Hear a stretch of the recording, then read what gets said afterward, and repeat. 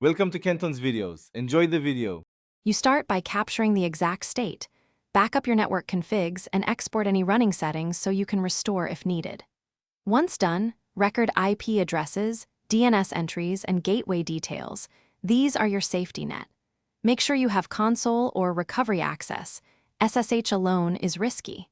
Now reboot into safe or recovery mode or plug directly into the device console. This prevents accidental lockout and gives you full control to proceed with reset commands.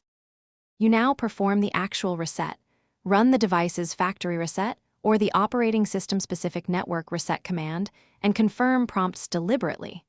Once the core reset completes, clear stale routing entries and restart network services so settings take effect. If you rely on DHCP, re-enable it currently to obtain addresses or apply your baseline static IPs. After each command, inspect interface states, and the default route to ensure connectivity will re-establish properly before moving on to reconfiguration. You finish by restoring or reapplying the saved configuration. Enter static IPs, DNS servers, and gateway values, or let DHCP assign them.